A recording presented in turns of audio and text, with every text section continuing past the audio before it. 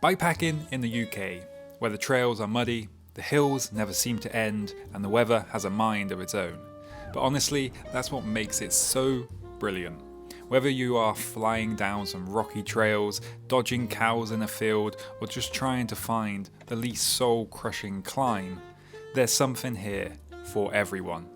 In this video, I am going to attempt to give you the ultimate guide to UK bikepacking. I'll cover everything you need to know, from what bike to ride and how to pack it, to route planning and even surviving those delightful surprises the UK countryside loves to throw at us. So whether you are a total noob or you've done a few trips before, grab a cuppa and let's get started with the ultimate UK bikepacking guide.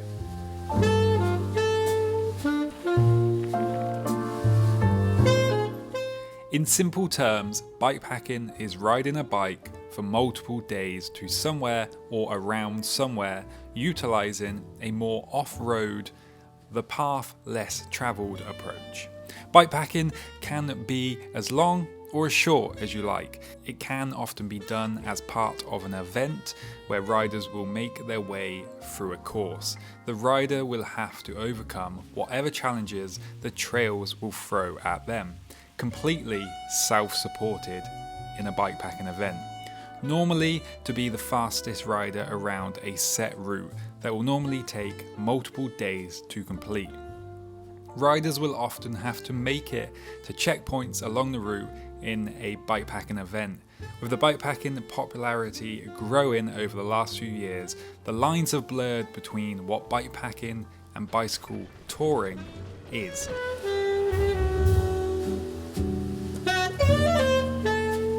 Bikepacking can and is a form of bicycle touring, of course, but is bicycle touring bikepacking? Well, that depends who you ask. They both have a lot in common. However, there are some differences that can be made. You can use bikepacking bags while touring and touring bags, pannier bags, while bikepacking. Bicycle touring can be long or short, but bicycle touring has a history of being longer, slower, and a way of travelling by bicycle. The difference really comes from the terrain taken to get to your destination. Bicycle touring will typically use paved surfaces, quiet country roads, bicycle routes, and paths. Whereas bikepacking, you will find yourself taking the more remote off-road route, often on more rougher surfaces.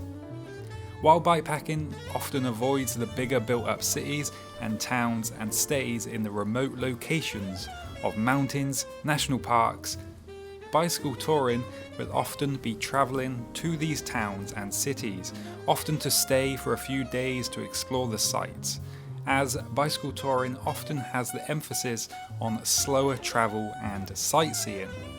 This can also be true for bikepacking, of course, but traditionally bikepacking will take you away from these built-up places and you will spend more time in nature. As a result, bikepacking bikes tend to be packed differently than a bicycle touring bike.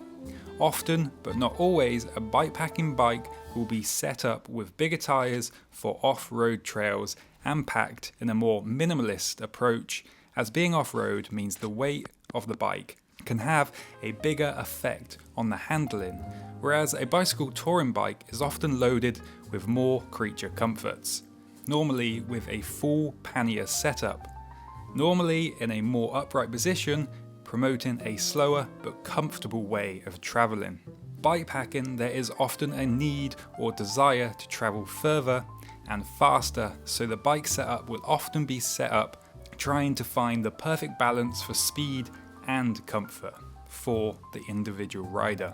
As you can see, the difference between bikepacking and bicycle touring have a lot of similarities. Whether you are bikepacking or bicycle touring, it doesn't really matter. There are differences between the two, but how you want to go on an adventure matters more than what group you want to place yourself into. I think it's important to know these differences to understand what you might be getting yourself into though. The last thing you want to be doing is setting off on a bikepacking route and thinking it's going to be a touring route and end up a mountain with the wrong bike and equipment. So it's important to know the difference between a bicycle touring route and a bikepacking route.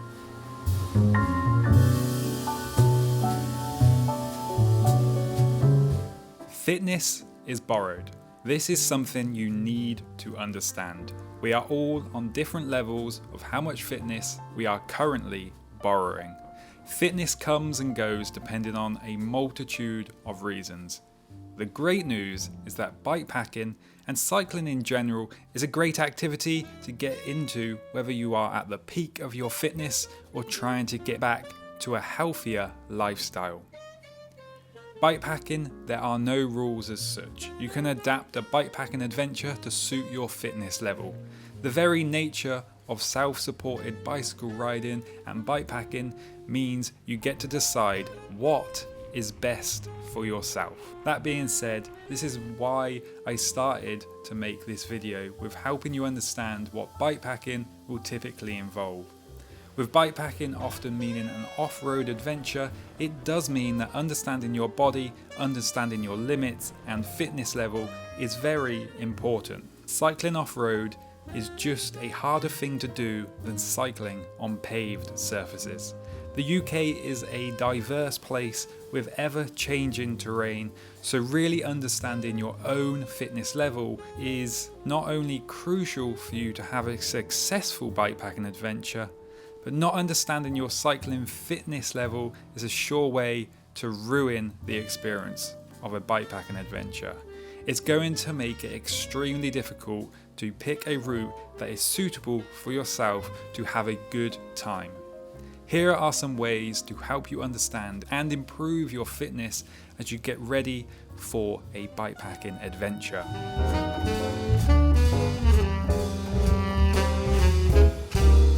The best way to understand your fitness level is as simple as riding your bike. Ride your bike at a speed that you feel you can sustain. To do this, it's best to just keep it local, a local loop from your front door and back to your front door. With bikepacking, I would recommend being able to ride around 50 miles fairly comfortably. It's okay if you need to stop, and it's okay if you don't plan on doing 50 miles each day on your bikepacking trip. But knowing you are comfortable riding more than the daily mileage that you would like to ride each day is the goal here. If you are wanting to ride 30 miles each day, knowing you can ride 50 miles is a huge advantage.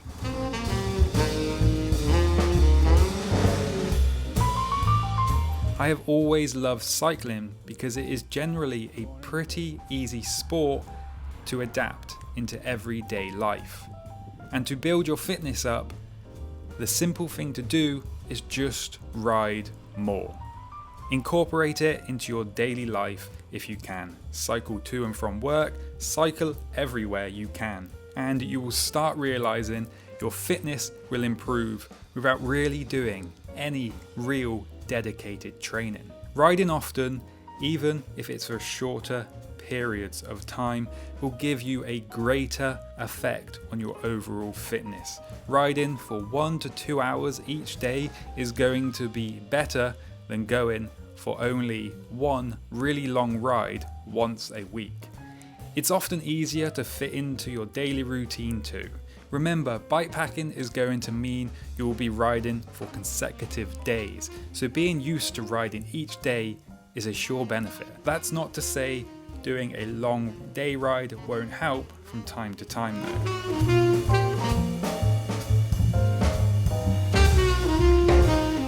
Riding the hills. The good news with this one is that once you are out and about exploring the UK's countryside, you will be training this naturally. But I do recommend including some cycling in the hillier areas, especially if you live in a flatter section of the country. This will get you used to using your gears and finding the most natural cadence. That's how fast you spin your legs and turn the pedals. It will help you know if you have the right gearing on your bike too, as well as just increasing your fitness. The more you cycle uphill, the easier riding a bike becomes. You also get faster naturally as your power output grows. Once you have gained an amount of fitness that you feel comfortable riding a bike with, then it becomes easier to understand how many miles you want to aim for each day. Setting a realistic target for yourself means being honest with yourself. Understanding how you feel on your bike after riding for different durations of time will help you set a realistic target for each day, which is only really doable if you have spent time understanding how your body and mind feel while riding your bike. The more you ride, the more you will understand your cycling fitness.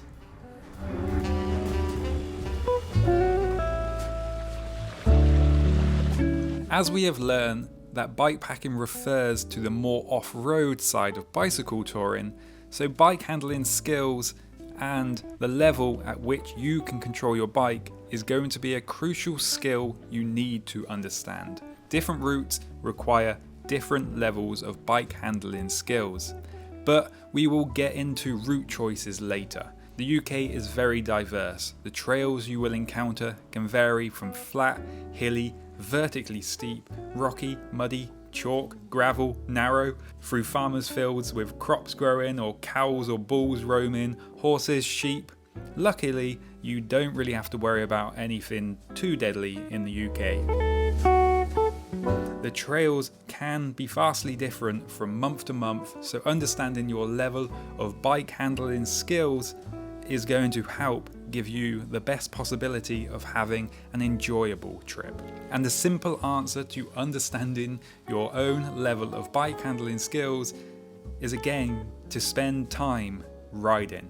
Spend time riding off-road in particular. But there are some things you can do to improve and to get a better understanding of your own level of bike handling skills.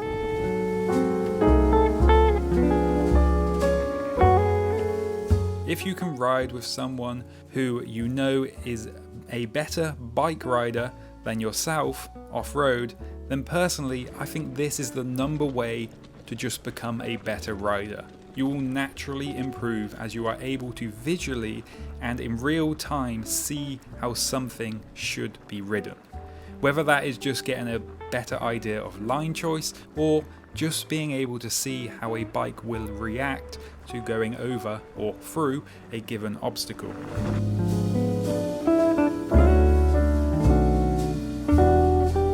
If you don't have anyone you can ride with, then a great place to head to is your local mountain bike park. If you are lucky enough to have one, they will have all different levels of trails where you can start on the easier trails and work on your bike handling skills as you progress through the different difficulty levels of each trail. Also, the benefit of heading to the mountain bike parks is that you will often meet other people that are also better than you, so you will be able to learn of others around you. Mountain bike parks will often have a lot of different types of riding where you will be able to learn skills and understand what you are comfortable with riding, and more importantly, what you are not. A lot of mountain parks will also have coaches or at least connections to local coaches that you can get real professional training if that is something you would like to do.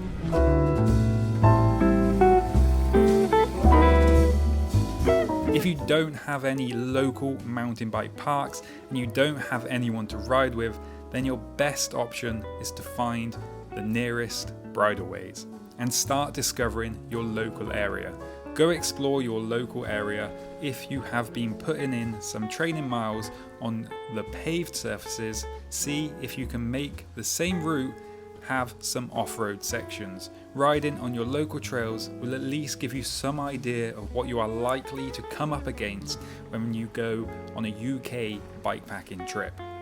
By investing time in improving or at least understanding your bike handling skills and limitations, you can significantly reduce the risk of injury and enhance the enjoyment of your bikepacking adventure. especially when embarking on a solo bikepacking journey. It's important to recognise and respect your limitations. The time to push your skills is before the adventure, not during it. If you encounter a trail beyond your abilities, it's perfectly acceptable to choose not to ride it. There's no shame in hiking your bike because something is just too hard or advanced for you to ride. And with the ever-changing conditions of the trails in the UK, it is often a good idea to err on the side of caution.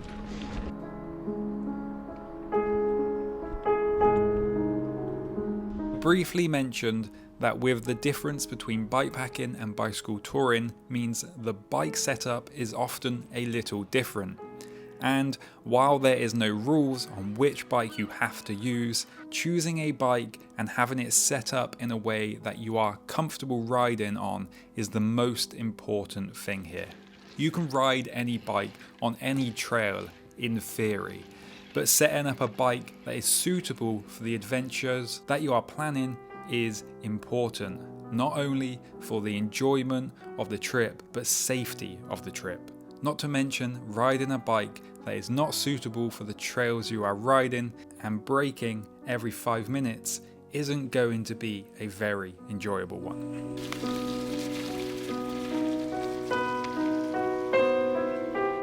I think the number one mistake I see when people pack their bikes for bikepacking is the location they are packing their gear.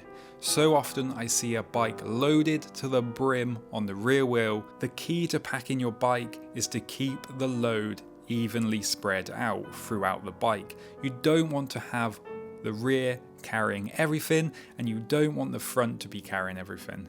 The weight should be spread evenly across the bike. Doing this will ensure the bike handles more naturally. Will reduce the risk of damaging your bike by not overloading one area, and will have the added benefit of helping keeping your gear organised and easier to access.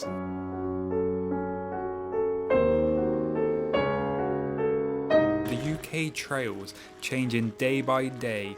The two most important things to make sure are correct is tyre choice and gearing. Starting with the tyres, you will want something fast rolling but with good puncture protection. Although you can definitely bike pack without a tubeless setup, I do think it is worth the setup, especially if you are thinking of going on more bikepacking adventures in the future. If you don't want to use a tubeless setup, then using tyre liners or simply taping the inner side of the tyre can provide protection from most UK thorns. With UK bikepacking routes using a multitude of different types of trails, I think it's best to use a cross-country tyre or a gravel bike tyre. I'd recommend using the largest tyre that your bike can take, but still leaving enough tyre clearance for when you encounter the muddy trails. For the gravel bike users, I think the sweet spot for most UK bikepacking routes is around 45 to 50mm tyres. And on the mountain bike side, anywhere from 2.1 to 2.6 inches is probably the sweet spot. The gearing you choose for the bike will play a crucial role in determining how many hills you hike versus how many you pedal. As mentioned, the terrain in the UK varies greatly depending on the region. Some areas are flat as a pancake, others are rolling countryside, and some are incredibly hilly with steep climbs. That's why getting your gearing right is essential. The ideal gearing setup will differ for each rider based on their fitness level and cycling ability, the specific goals of your bikepacking adventure. However, a good rule of thumb is to opt for the lower, which is the easier gears, rather than the higher, which is the harder ones.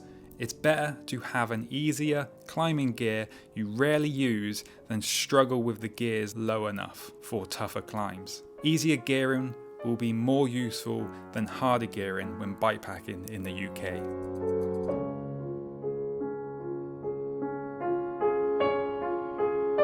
Having the right setup for the trails is essential for a successful bikepacking adventure in the UK, but knowing how to maintain your bike and understanding how it works is just as important. The golden rule of any bikepacking journey, no matter how great your bike is that it's not if it will break, it's when. A solid understanding of your bike's mechanics will give you the best chance of fixing anything that goes wrong.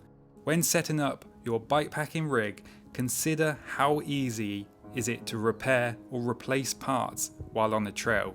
If you cannot fix it on the trail, think about whether the nearest bike shop will also be able to do so. While there are many great no-name brands out there nowadays that work well for everyday use, if their parts aren't easily replaceable or repairable, they may not be the best choice for bikepacking. It's all about maximizing your chances of continuing your journey. Knowing that your bike is fitted with reliable, readily available parts will give you peace of mind.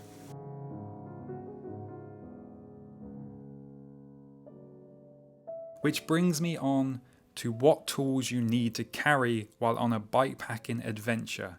The good news is that the UK is fairly small, and while you can be in remote places, you are normally within around 20 miles or so of somewhere. But you still need to carry some basic tools to keep you rolling. The must-have tools are going to be a good multi-tool, which you will be able to use for tightening and adjusting when needed. Ideally, the multi-tool would have a chain breaker tool, but having one separate is fine also. Tire levers, tire boots, and even if you are riding tubeless, at least 2 inner tubes. A spare quick link to put your chain back together is also a must. You can link a chain back together without this, but since after I think around 10 speed, it doesn't really work as you are likely to find it breaking again. And a spare rear mech hanger is also a good choice. And definitely a set of brake pads. The trails in the UK can eat brake pads for breakfast. A good pump, and of course, some form of lubrication for the chain. And maybe a rag to give the chain a little wipe down from time to time. Some form of strong tape and cable ties are a good idea also. That would be the bare minimum you should probably carry in regard to bike maintenance and fixing. But you can go further, of course. A spare set of jockey wheels, a spare gear or brake cable, spokes, even a chain. The list can really be endless, and it's all about weighing up the likelihood of the things that are most likely to need fixing or replacing. For example, spare spokes is an interesting one for me. Carrying a spare spoke is not a bad idea, but it's often overlooked that to replace a spoke can mean you will need to also carry a chain whip tool as well as a chain cassette locking tool just to remove and replace an old spoke. This isn't always necessary, of course, but can be the case depending on how a wheel is built. That spoke you are carrying now requires multiple other bigger, heavier tools. In some parts of the world, this is of course worth it, but in the UK, you are normally within some reasonable distance to find somewhere to get help.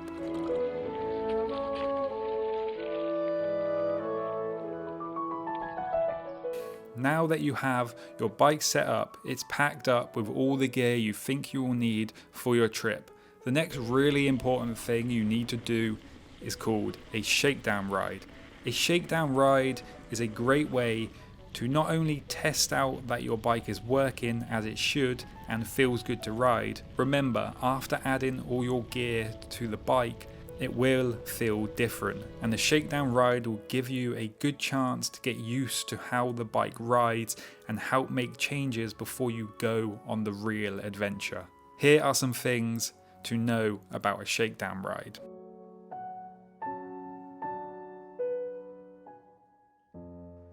A great idea with a shakedown ride is to make it an overnighter. Making it an overnighter will give you an idea how your setup will work for you. You will get a chance to unpack the bike at night and pack it up in the morning. This will help you decide if you have the bike packed up how you like it.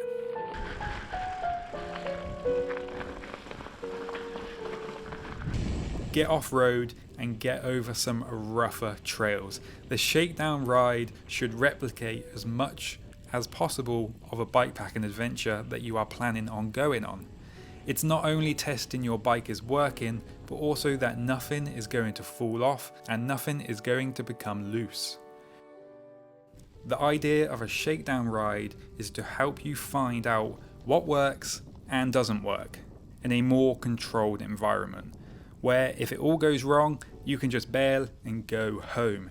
Get back to the drawing board. It shouldn't be a big epic adventure. It really is to allow you to test and understand how everything will work together.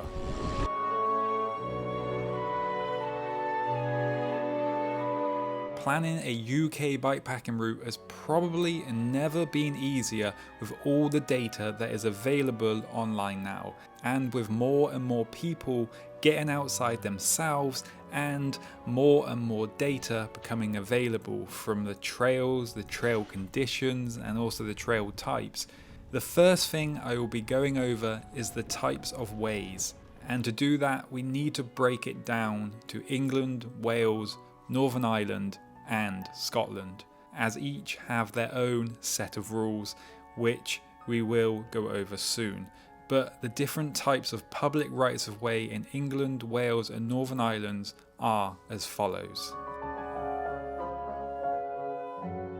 Footpaths. Footpaths are public rights of way often marked with a walk-in person that you are legally allowed to use while on foot or using mobility scooters or powered wheelchairs. Footpaths are often marked with a yellow arrow, but often can vary from county to county.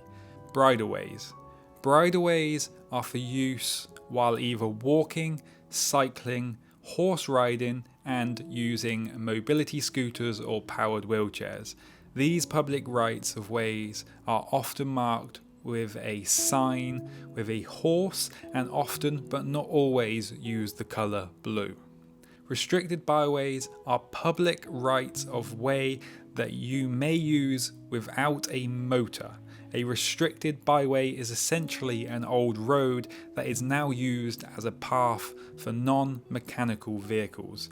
They are often marked with a sign saying restricted byway, sometimes with a green colour.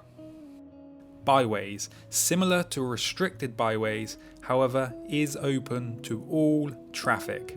However, the nature of a byway is that they are normally old, non-maintained roads, so are mostly used by walkers, cyclists and horse riders, but you might see the odd Land Rover or motorcyclist. Permissive footpath.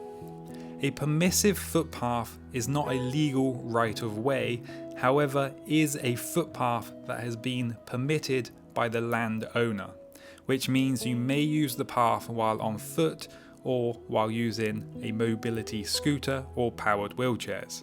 But the landowner has the right to withdraw this permission at any time. Permissive bridleway. The same as the permissive footpath, a permissive bridleway is a route through private land that the landowner has granted permission for use. You may use this while cycling, horse riding and walking, including mobility scooters or powered wheelchairs. The landowner also has the right to withdraw permission at any time. With both permissive footpaths and permissive bridleways, the path will often be closed for 1 day a year to protect the landowner against any future claims of a continuous public right of way. Open access land is a part of land you are free to roam. There is often gates on each side of this land showing that you are either entering or leaving this land. Often there will be a footpath or bridleway going through this land, but you do not have to stick to the footpath or bridleway. National cycle routes. The National Cycle Route from Sustrans is a walking, wheeling and cycling charity, and the routes are marked with a blue and red sign. These routes can vary from roads to shared paths to gravel paths. Some are traffic free and some are not. If they are on the road, they normally try to take you on the quieter back roads. As you can see, there are quite a few different types of public rights of way, and it can get a bit complicated. But if you are looking to make your own bikepacking route in England, Wales or Northern Ireland, then the types of public rights of way that you will want to be using are bridleways, restricted byways and byways. Permissive bridleways are okay to use, but if you are planning to share the route publicly, then it may be best to avoid them as they can be withdrawn at any time. Byways and restricted byways are often the best surfaces for bikepacking in my experience, as they tend to be wider and hold up better in the winter months. However, there is a lot less of them. Bridleways come in all different shapes and sizes. Some are wide, rocky, some are narrow and single track. Scotland, however, is a little different. The Land Reform Act of 2003 gives the public the right to be on or cross any land for recreational, educational and other named purposes. There may be circumstances where you get permission from the landowner, but providing you are considerate and respectful of the land you are traversing, you have the right to roam when walking, cycling or horse riding. There may be limited access in some of these areas, but local signs will instruct you. Access rights are also excluded from buildings or other structures or works, plants or fixed machinery such as farmyard buildings, sites or quarries. The enclosed space of ground and buildings immediately surrounding a dwelling, work compounds, schools and land over which you may be required to pay an entrance fee, such as properties owned by the National Trust or Historic Scotland. Ultimately, this was created to give everyone the greater freedom to enjoy the outdoors and to clarify for the benefit of users, land managers and conservation what you can and cannot do, as well as where you can and cannot go. If you want to read up on more of this, I'll leave a link in the video description, but when it comes to bikepacking in Scotland, it does give you more freedom to explore and create a route within the terrain you prefer.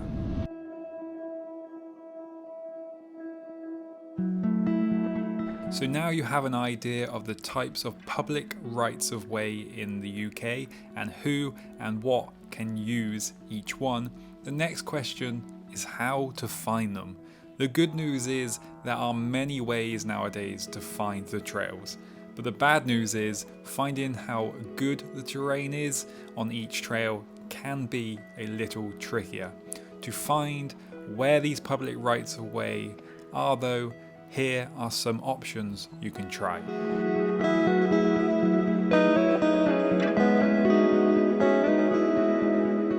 The first thing you can do is search the local council website where you want to go bikepacking. If you search for the definitive map followed by the county, you should be able to find a map with all the different public rights of way from that council. The definitive map is the legal record for public rights of way. You can use these maps to find bridleways and byways, etc., off-road ways around England and Wales.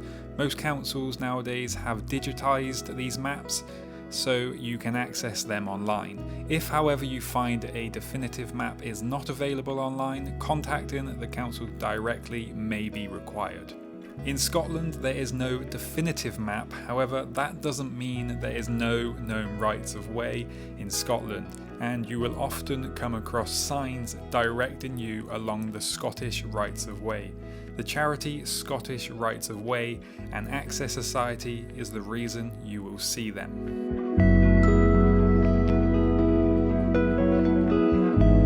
Another option is OS Maps, Ordnance Survey maps are your next point of call for getting an idea of where these public rights of ways are. OS Maps receives data from the definitive maps, so are always going to be the most up to date. OS Maps can be used online or mobile devices or in paper format, and you can use OS Maps to create your own routes. However, to use OS Maps and get access to all the byways and bridleways, you will need to purchase a subscription, which is around £3 a month as I am making this. You can also purchase the paper maps, and some libraries have them also.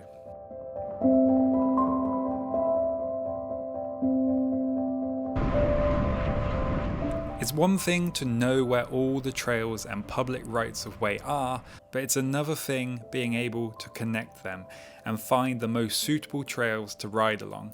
Linking them together has got much easier with apps available now.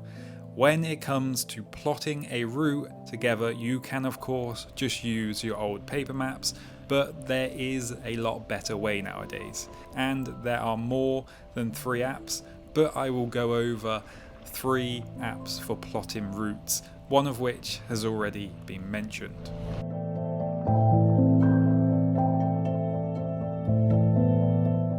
OS Maps does offer a route building tool which is easy enough to use. The route creating tool is free, but if you want to use it with the map that shows all the bridleways and byways, etc., then you will need to pay for the premium. The free version also doesn't allow you to use a snap to path feature, so makes the free tool not very useful, to be honest. However, with the premium version of OS Maps, it is a very good way to connect trails you want to ride.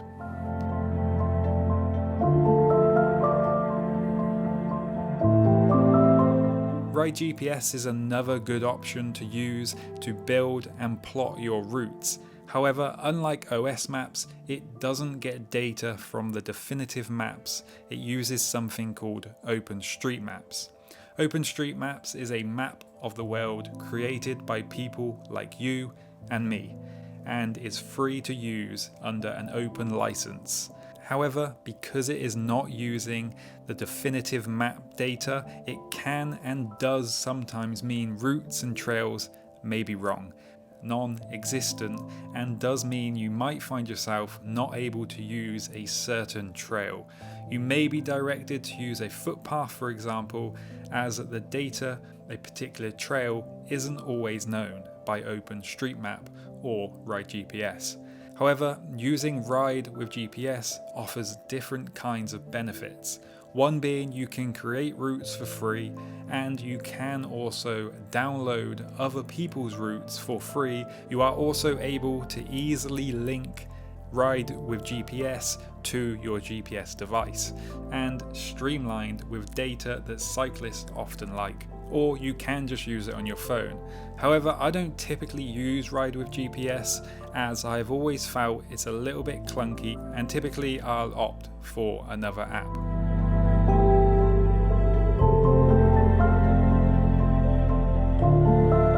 Komoot is another app quite similar to Ride with GPS in that it uses OpenStreetMaps, so it is also prone to the same issues. It does sometimes get it wrong. Komoot is free to use, but you can only use it for free in 2 of your chosen counties after signing up, which is great if you want to explore your local area. You currently have the option to buy the world map, which then gives you access to creating the route wherever you like, which is a one-off payment.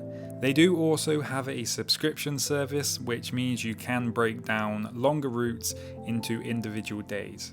The world map option can be worth it, but the subscription might not be for most people. However, Komoot has a bit more of a social aspect to it, which users can submit highlights, which is mostly really useful for information that some people leave about the trail, and also the pictures of the trail, which can give you a little insight of a particular trail and if it might be a good trail that you might want to ride.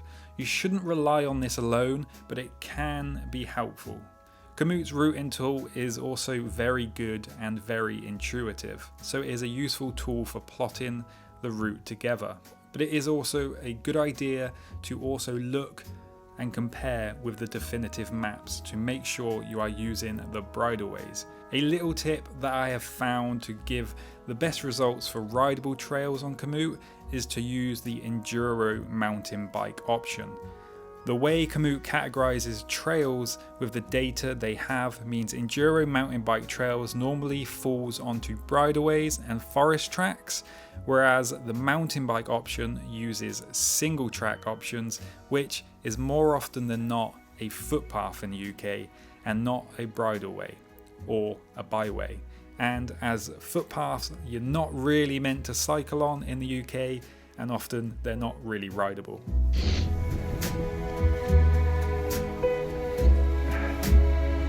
Fortunately, knowing exactly what each bridleway or byway conditions are going to be is where things get a little bit harder to manage. And if you are creating your own route, sometimes it can be a bit trial and error.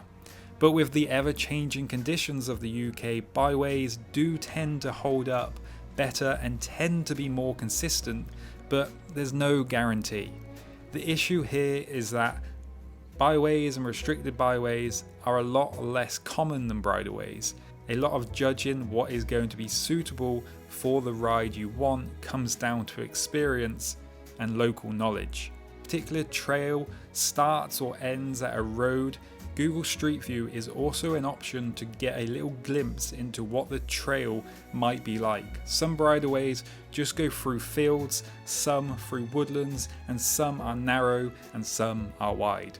Combining Google Street View, Google Earth, Komoot highlights, definitive maps can give you an idea of what a trail may be like and make sure what the type of trail it is.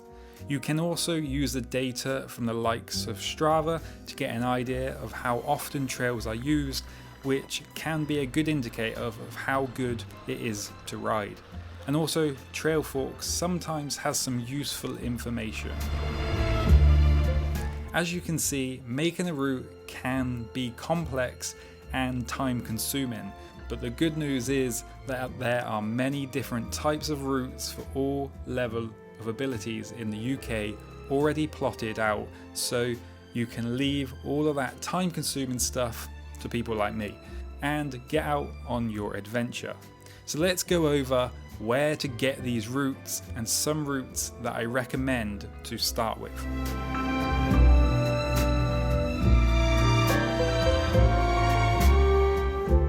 keepsmilingadventures.com. Okay, a bit of self-promotion here, I know, but if you have been following this channel for a while and maybe you have seen me take on a route that you particularly like the look of, then if you head over to my website, keepsmilingadventures.com, I have all the routes I have completed on this channel, some of which I have created myself and some of which I have not. But they are all available to download, either a direct GPS download that you can put straight onto your GPS device, or view and follow the route through Komoot. They are categorized into beginner routes, intermediate routes, and challenging routes, with a bit of information on the ride itself and how I found each route. Another great option is probably the biggest website and collection of routes, not just in the UK but worldwide, is bikepacking.com. They have a lot of UK routes too. In my experience, the routes that I have completed from here tend to have a lot more grindy routes, often with lots of hiker bike. They tend to be scared of coming into any built up place, so you often need to come off course to find supplies. But there are lots of good routes on there and lots of information also. These routes just err on the side of a little bit more advanced typically, but again, it's a great place and a great resource. Another option for UK bikepacking routes is Cycling UK, a UK-based cycling charity that has over the years made some really popular bikepacking routes. A lot of the Cycling UK routes are a little on the easier side, so can be a good place to start. The The Cycling UK website offers lots of information and tips and guides.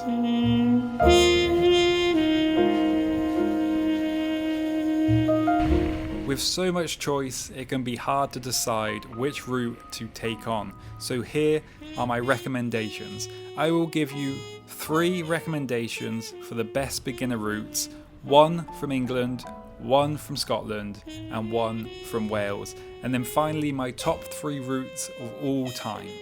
Let's start in Scotland with a beginner route.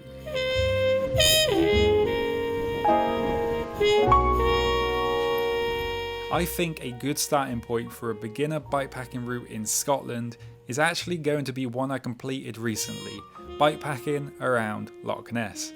Only a short route at 80 miles with some steep climbs and epic views, but if you want to explore a little beautiful part of Scotland, then riding around Loch Ness is a great place to start without throwing yourself into the deep end of Scottish bikepacking. It will give you a good taste of what to expect when you venture further into the bikepacking world.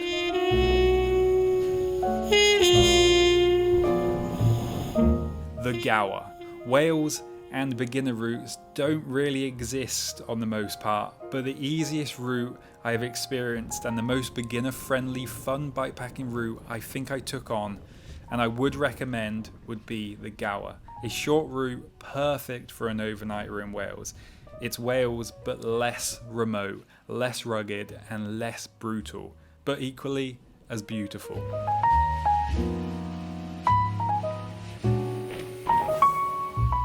In England, the North Downs Way.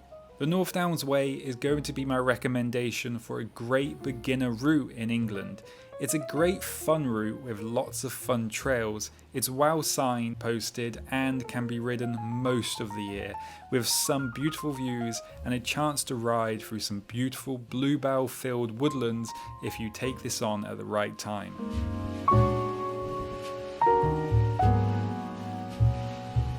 Okay, so my 3 favourite routes from around the UK that I think are a must-do are the Yorkshire Dales 300. The Yorkshire Dales 300 is a fantastic route exploring the Yorkshire Dales with lots of fun riding and exploring. It was one of them adventures that you go on and you just love every minute of it. Yes, it's tough, there is lots of climbing and the trails are a little rough, especially if you take this on a gravel bike. But I loved riding this route. From the old Roman roads, from the fast flowing descents to the wild camping. It was a bikepacking adventure that just felt perfect for me. The old Roman roads, while not known for their smoothness, offer you a chance to really let go of them brakes and descend fast. The trails are most of the time nice and wide, which makes finding the perfect line all that easier.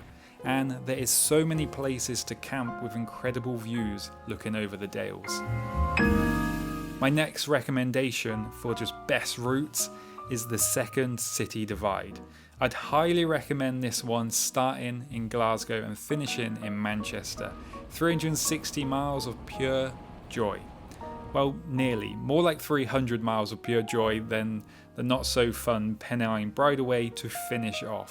The Second City Divide is one example of a gravel bike heaven with endless wide gravel roads through the wind farms and flowy descents with mountains either side of you.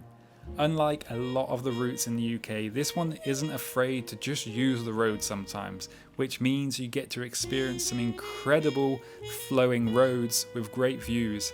And don't worry, because the road sections, they are not busy with traffic and are quiet country lanes. It keeps the ride moving and feels like you are making good progress, meaning you can enjoy stopping off and jumping in the streams and rivers to cool off if you need it. The next route I'm going to recommend is the Cornish Delight. Yes, I'm a little biased with this one, I'll admit, because I created it myself, but it's a bikepacking trip with a purpose to get a real Cornish pasty. The Cornish Delight, an adventure from Bournemouth to Padstow in Cornwall through some of my local favourite trails. A route you will travel along the Jurassic coastline to Exeter before a nice flat cruise, along the cycle path around the estuary before heading into Dartmoor from some open, rugged beauty and some epic gravel roads before testing your legs on some Cornish steep country lanes. Don't worry though, I have given you a nice easy flat finish along the Camel Trail to get your Cornish pasty. It is probably my favourite coast-to-coast bikepacking route that I have done, so I recommend it, especially if you like Cornish pasties.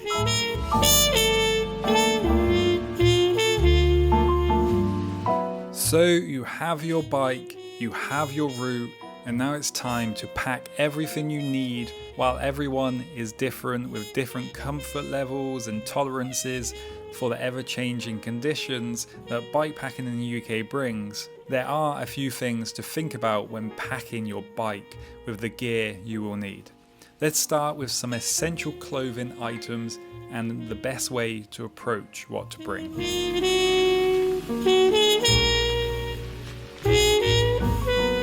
You might have heard that in the UK, pretty much all over the place, the weather is not always the best and often isn't always predictable. You see, when bikepacking around the UK, one day it might be sunny, one day it might be rainy or just freezing cold, or perhaps windy.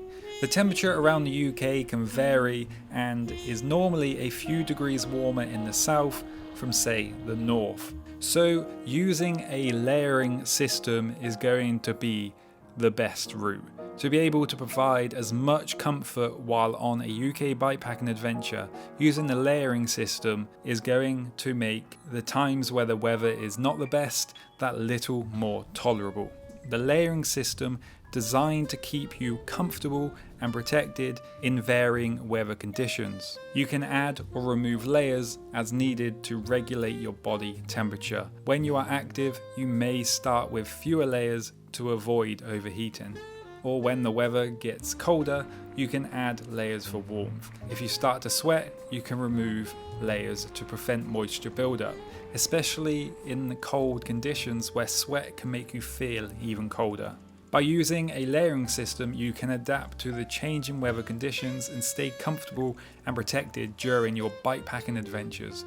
You don't have to wear lycra or cycling specific clothing either, but it's worth investing in some fast drying clothes for your adventure for when you do get wet. Also, when out on longer bikepacking adventures, these fast drying clothes are great when it comes to washing day. After washing, hang on your bike and let the wind dry them. There is no one rule that works for everyone, but I think expecting that it is impossible to stay 100% dry all the time while riding the bike. However much waterproof jackets, trousers, shoes you buy, eventually you will get wet. Having multiple layers and fast drying clothes is the best option for a comfortable ride. A good waterproof jacket is essential when bikepacking in the UK, wherever you might decide to cycle. And not just to keep the rain off of you, but also the wind. The UK landscape changes quite a lot, from rolling countryside to moorland to exposed mountain landscapes. You can be at sea level or a couple thousand feet above. As you climb here in the UK, the temperature will drop and is often a lot windier, so a good waterproof jacket is essential for keeping the worst off of you. When sourcing a waterproof jacket for UK bikepacking, I would recommend finding something that has a hood that can fit over a helmet and that is not too tight fitting, so you can add or remove layers underneath as needed. Having a loose fitted waterproof jacket also helps with the breathability of the jacket. Personally, I prefer to stay away from cycling specific waterproof jackets as they tend to be more performance orientated and tight fitting, not always offering that much protection and normally costing a lot more. I would also avoid waterproof jackets that have a net liner, as once that gets wet it takes forever to dry. You want your waterproof jacket to keep you as dry as possible, but also to dry as fast as possible. The next piece of clothing that is very important is the socks. Now, there are many different types of socks, different thicknesses and materials. You might prefer merino wool socks. Merino wool has a natural antibacterial property, which means it doesn't require as much washing. Good for when you're on the road for multiple days and might wear a pair of socks for multiple days. When it comes to socks though, the real key is not material type, but ultimately whatever sock you personally prefer, it's best to take a couple extra pairs than you think you might need. Better to have a couple extra clean pairs of socks than not. Being a small item and not taking up much space, it's a good idea to carry a few extra pairs because bikepacking in the UK will require some wet feet at some point, no matter how hard you try to keep them dry. Sticking with the feet for that little bit longer, shoes are an important choice, and whether you are wearing shoes with cleats or not, make sure these shoes are slightly on the bigger size for bikepacking. This not only allows for different thicknesses of socks during the different temperatures that you will no doubt experience bikepacking in the UK, but allow your feet to swell. Having extra room for your feet to swell will keep the shoes comfortable throughout the multiple days or weeks of bikepacking. The last thing you want are blistered feet from shoes that are too tightly fitted. A lot of cycling shoes, especially XC type shoes, that's cross-country shoes, can be on the smaller size as they are going for performance. When it comes to cleat specific shoes, I have personally found that shoes that are entry level and normally just use a Velcro strap tend to be wider than those with the boa strap or ratchet systems. I can't tell you which shoe you should buy because everyone's feet are different, but make sure they fit on the slightly bigger size. Also, with bikepacking in the UK, there is often times where you will need to hike your bike, so being comfortable for this is a must. And with the different types of terrain, from rocky terrain to bog to grass, it's important to make sure the shoes have a decent amount of grip.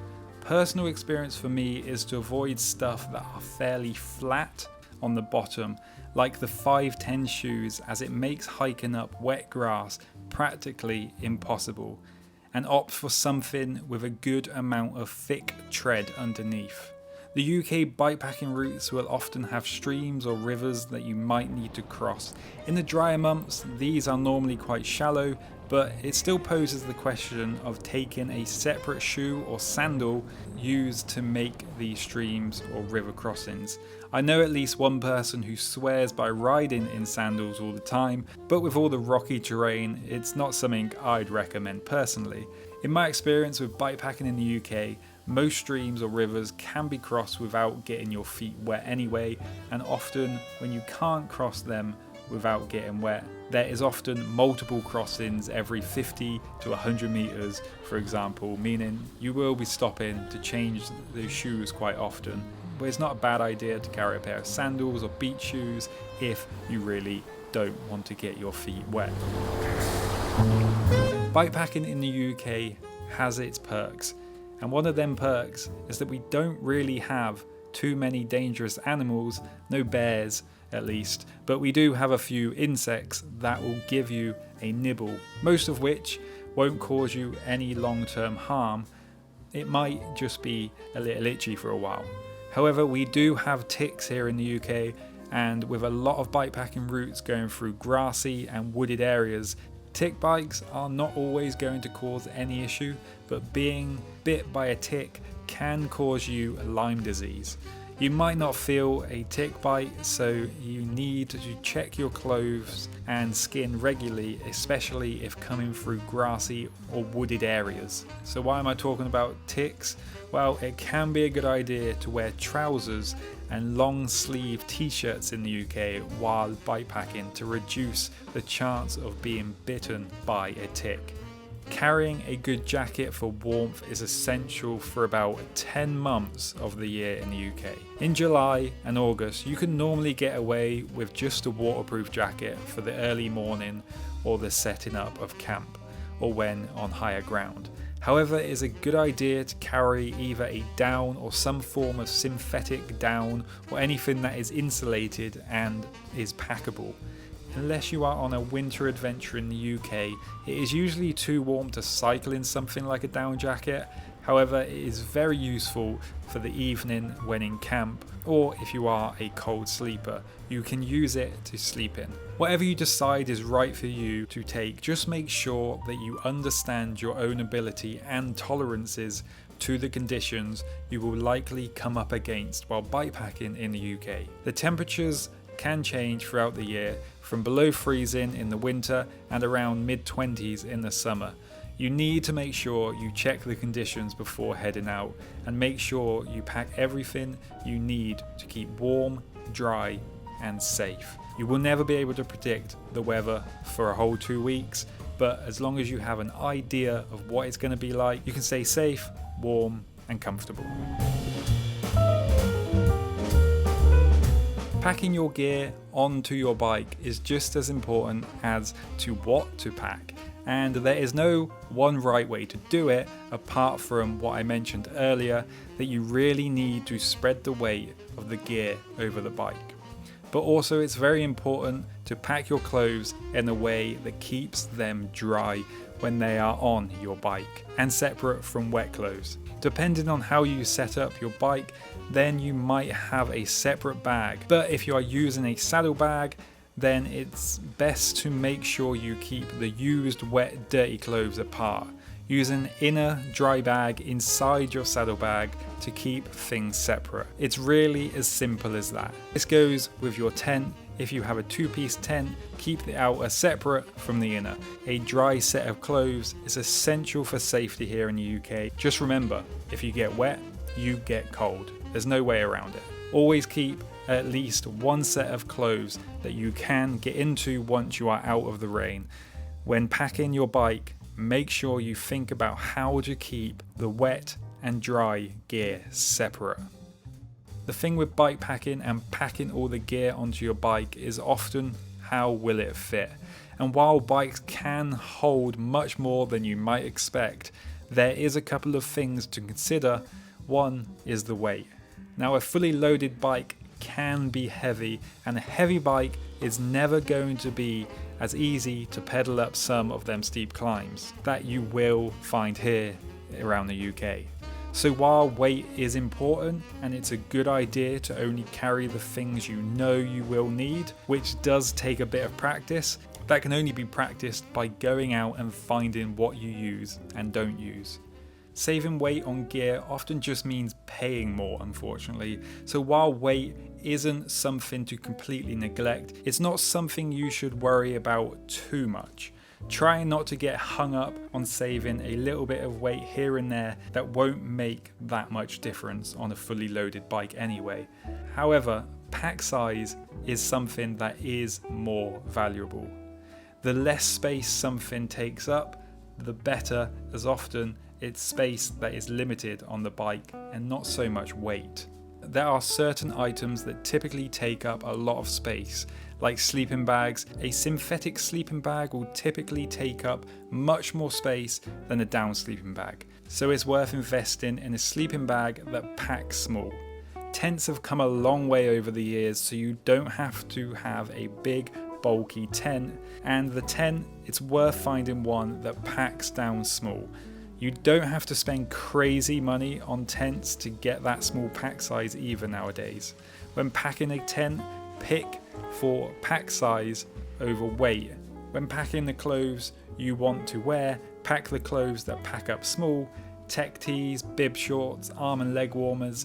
The difference between a normal standard cotton t-shirt for something like a tech tee in size and weight starts to save you both space and weight, and are practical on and off the bike. They also perform better in damp conditions and dry fast, which is the best feature to look for clothes while bikepacking in the UK.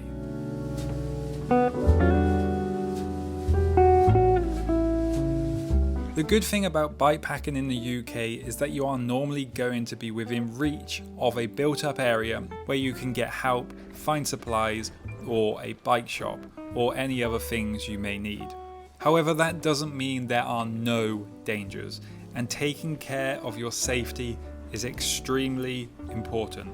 You have to understand it's not if something goes wrong, it's when. You can put in as much preparation, as much experience, and yet sometimes things just go wrong. And while I would encourage anyone to go on a bikepacking adventure, you should still understand your limits. You should still only ride trails that you feel comfortable with, and always err on the side of caution. That can be anything from hiking down a trail because it's too steep to finding another way to cross a river. But like I said, sometimes things go wrong, so here are some things to know before you go on a UK bikepacking adventure.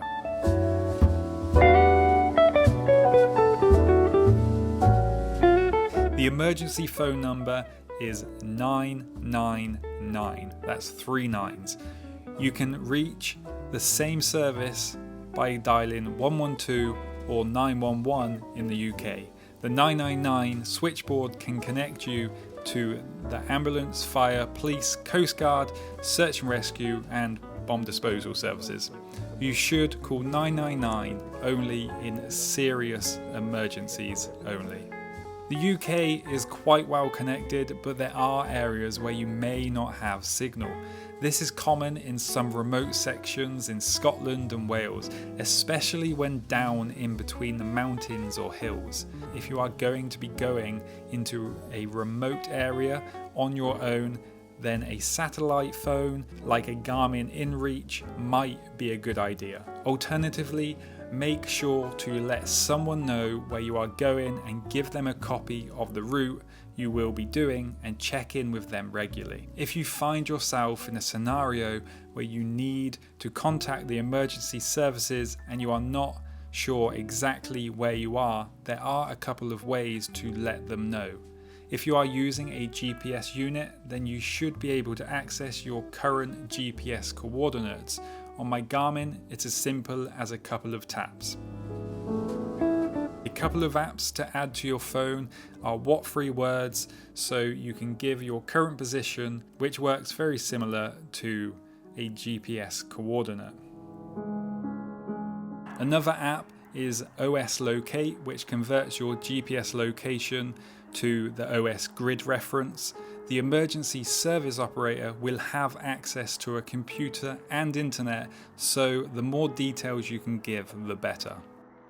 Understanding basic first aid is also a great idea, but often knowing first aid is not for yourself, but for someone else. Carrying a first aid kit is also very good practice.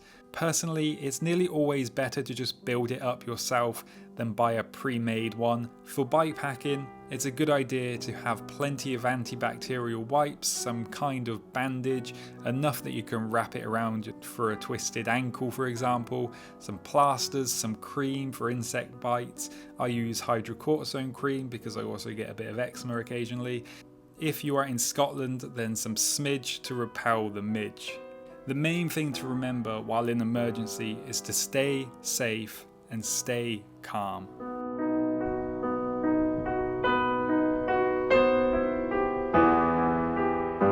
When it comes to finding somewhere to sleep for the night, you essentially have 3 options.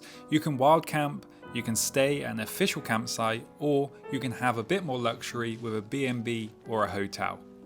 I won't go into too much detail when it comes to B&Bs or hotels. I'm sure most of you know how to use the internet to find one. But in the UK, to find a hotel and B&B, you will need to get yourself to a more built up area in most cases. Small towns and cities are your best bet, and some of the small villages have some rooms available at pubs. The price of a room for the night can vary a lot in the UK from location to the time of the year. If you find a room for £70 to £80 a night nowadays, you are doing alright. Most rooms are going to be around the £100 mark though, but depending on location, can be much more. In my experience from both working in hotels and using them from time to time on my bikepacking adventures, most of the places have somewhere to leave a bike. Sometimes they have a garage, sometimes they might leave it in an office, and occasionally they might only have an outdoor space around the back, normally by the kitchen. So it's best to call the place and make sure they have somewhere safe to leave your bike and somewhere that you are personally happy to leave your bike. If you would prefer to camp, then you can find official campsites dotted around the place. Some are seasonal and some are open all year round. Some have showers and other facilities, and some are just a field. Normally you do need to pre-book your camp spot, but sometimes you can just turn up and get a spot for the night. Prices again vary just like hotels and can be anything from around £10 a night to £50 a night. The final option is to have complete flexibility and wild camp. Here we need to go over a few things because in England and Wales, wild camping is not officially permitted without the landowner's permission. Apart from Dartmoor, where at least the time of making this video is still permitted in sections that you are allowed to wild camp. In Scotland, you have the right to enjoy most land as long as you act responsibly. You can wild camp. You can set up a camp spot and stay for 2 to 3 days before moving on. However, in England and Wales, things get a little complicated, and I'm sure you have heard many people say that wild camping in England and Wales is illegal. Well, the good news is that is not completely true. It is not illegal. You are not going to get a criminal record or going to prison for wild camping. However, as essentially all land is owned by someone in England or Wales, technically if you decide to wild camp, you would be trespassing, as you have not been granted permission from the landowner. Unlike some countries, this is not a criminal offence but a civil matter. What does this mean in reality? It means that if you are somehow discovered wild camping by the owner of said land, then you can be asked to leave, and not leaving will then become aggravated trespass, which can become a criminal offence. So the rule is to always be polite, apologise and move on if discovered. Also, if you are spotted setting up the camp, my recommendation is to move on then also. However, I really want to make this clear, as this is a question I get asked time and time again, and I understand why. But if you are wild camping correctly, meaning setting up late and leaving early and not having great big fires, then the likelihood of you ever being discovered is next to none. The best way to go about wild camping in England and Wales is to set up just off the main trail, whether that be a bridleway or a footpath.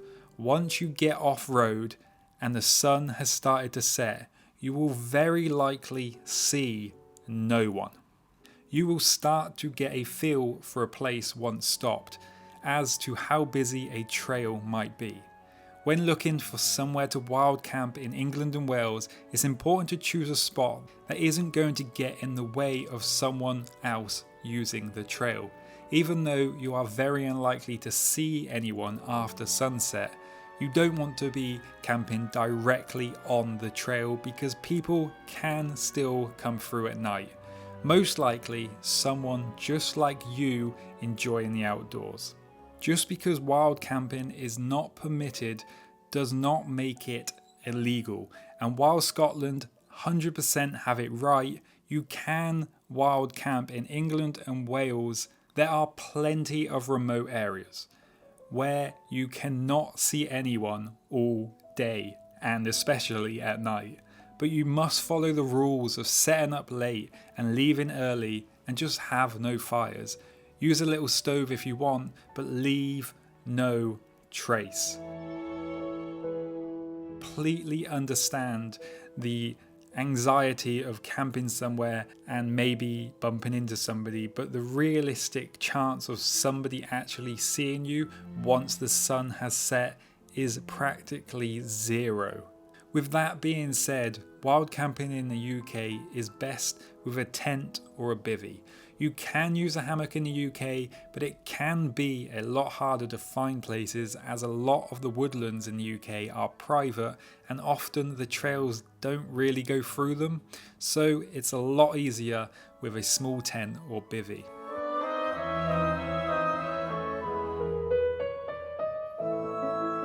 When choosing a tent for a bikepacking trip in the UK, you have a couple of options.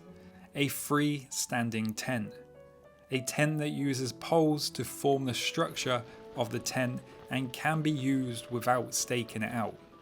These tents are likely to be a little heavier than non-freestanding tents, but offer the flexibility of setting up the areas that it can be hard to stake a tent out in. Non-freestanding tent requires staking out to keep their shape. To set up non-freestanding tents, first staked out, then typically popped up with trekking poles or an alternative pole. When it comes to deciding between freestanding and non-freestanding, they both have their advantages and disadvantages. A non-freestanding tent often is lighter and makes carrying it easier. Normally using one or two small poles can mean a freestanding tent is easy to carry as the poles are often the bulky part of a tent. However, you need to look at where you will be using the tent. The terrain across the UK is ever changing, and a tent that requires staking down can cause issues at times if the ground is rocky. Personally, I prefer the flexibility of a freestanding tent as it often means you can just set up the inner on a nice day and it's not such an issue on rocky ground. It will all come down to personal preference at the end of the day though. A single wall tent has one layer of fabric that serves as both the structure and the weather barrier. It's lightweight and quick to set up, making it great for fast and light bikepacking or mountaineering. However, its lack of ventilation can lead to condensation build-up inside. A double wall tent, on the other hand, features two layers, a breathable inner tent and the waterproof outer rainfly. This setup allows better airflow and reduces condensation, offering more comfort and protection in the wider ranges of weather conditions, though it is bulkier and takes longer to pitch. So while choosing the right tent is going to be personal preference, there are a few factors that you should consider and look for when choosing your tent. With the UK being a wet place, whether that be from the rain or condensation, and the weather temperature can change quite a bit from nightfall to morning, a few things to look for are: can you set up the tent while raining and keep the inside of the tent dry? Some tents, mainly double wall tents, set up inner first, and while that is okay most of the time, it makes setting up the tent in the rain less than ideal. Keeping the inner part of a tent dry is essential for staying warm and comfortable. So ideally opt for a tent that sets up outer first. At some point going to have wet clothes at the end of the day bikepacking in the UK, and you don't want to keep your wet gear inside with you when you sleep, so make sure the tent has suitable space to store your wet gear. Also consider how your tent will be stored. A double wall tent can be separated from the outer, meaning if the outer is wet in the morning, you can pack them separately. It's not always possible to completely dry a tent in the morning. Look for a tent with a side opening door to make it easier to get in and out of. When bikepacking in the UK, staying fueled is essential. but you don't need to carry loads of food. Most UK bikepacking routes pass through towns and villages with shops, cafes or pubs where you can easily restock. Even on the more remote trips like those in Scotland, at most you might need to carry a day or two worth of food between resupply points. The shops around UK bikepacking routes can vary in size. Little villages sometimes have little village stores where you can get basic items but often have short opening hours, whereas bigger towns will have shops that have more choice and stay open late. For staying fueled on your bikepacking adventures, eat regularly. If you start to feel hungry, it's already too late. So pack stuff that is easy to eat on the go, whether that be energy bars, fruit and nuts, or some cured meat. Anything that can stay on your bike and won't go bad, really. This approach provides a steady stream of energy, keeps your digestion light and helps avoid spikes and crashes in energy levels.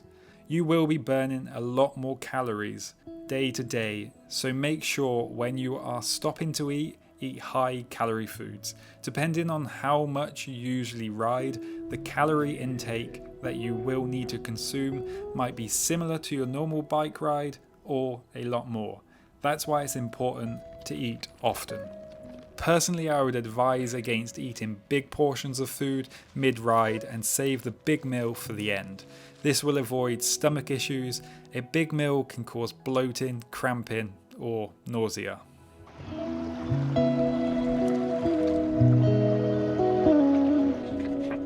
Bring a water filter.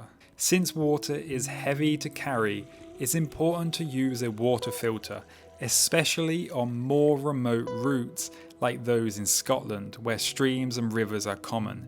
Carrying a lightweight water filter or purification tablets lets you safely refill your bottles without the need to carry large amounts of water. This can significantly reduce the weight of your gear while ensuring you stay hydrated throughout the day. By carrying just the essentials and using the resources along your route, you can enjoy your ride without being weighed down. My recommendation is to carry a minimum of around 1 litre of water and refill often. In the 2 weeks that you might find it actually hot in the UK, then 1.5 to 2 litres is a little bit better and more manageable. But refill often using a water filter. In Wales and Scotland, this is very easy to do, but some routes in England can be a little bit harder to find water sources. You will be able to find plenty of streams around the national parks and landscapes of natural beauty, but sometimes in between these areas can be a little harder. But in these areas, shops are normally available. Using a water filter, although removes most of what you don't want to be drinking, which can cause illness and sickness, it can't remove everything. So still be sensible in what you choose to filter. Avoiding large or really dirty water sources, especially around the built-up areas. Bikepacking in the UK isn't always perfect. It is very rarely glamorous, but it is often the perfect way to explore the country, from remote locations to little villages you didn't know existed. I want you to use this guide as just that, a guide. It's your adventure and you should enjoy your adventure in your own way. Hopefully this video has taught you something new or given you some inspiration to pack up your bike, perhaps create your own route or follow an existing trail. May the trails be forever in your favour. And there you have it, your ultimate guide to bikepacking in the UK. Hopefully you're feeling a bit more prepared to tackle those muddy bridleways, climb those relentless hills, and maybe even enjoy the odd glorious descent. Remember, bikepacking isn't about being perfect, it's about the adventure, the laughs, and yes, even the mid-ride moans. Whether you're wild camping in a remote spot or sneaking off for a cheeky pub stop, the best stories come from getting out there and just giving it a go. So pack your bags, pick your route, and get pedaling. The UK is waiting for you. Cows, rain, and all. Cheers for watching. Keep smiling. Enjoy the adventure. Don't pass on the dare. If you have the will and a moment to spare, it's a beautiful world out there. It's a beautiful world out there. It can be a bit frightening, something you don't